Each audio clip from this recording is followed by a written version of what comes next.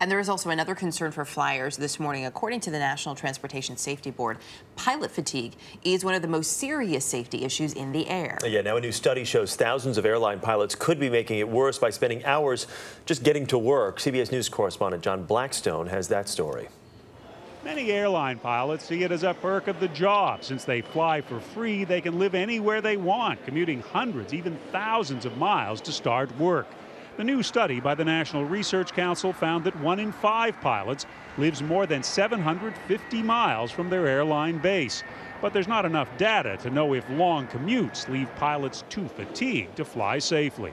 It calls for more action. It calls for more work to be done, more data to be gathered to be able to intelligently address this issue. Long pilot commutes became a focus of the 2009 Colgan air crash near Buffalo that killed 50. The co-pilot had flown overnight from her home in Washington state to Newark, where the flight started. The pilot lived in Florida.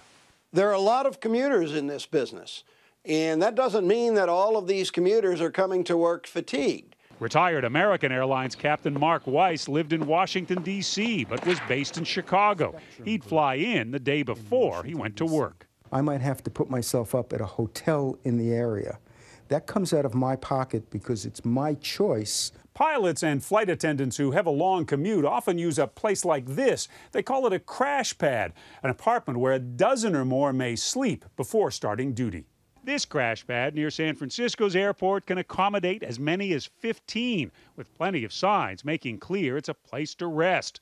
In Los Angeles, pilots sleep in crash pads in RVs in an airport parking lot. But crash pads and commuting are not as much a problem, says Captain Chesley Sullenberger, as the work itself.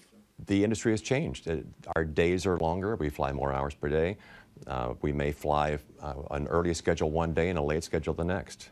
The FAA is developing new rules due this summer to fight pilot fatigue.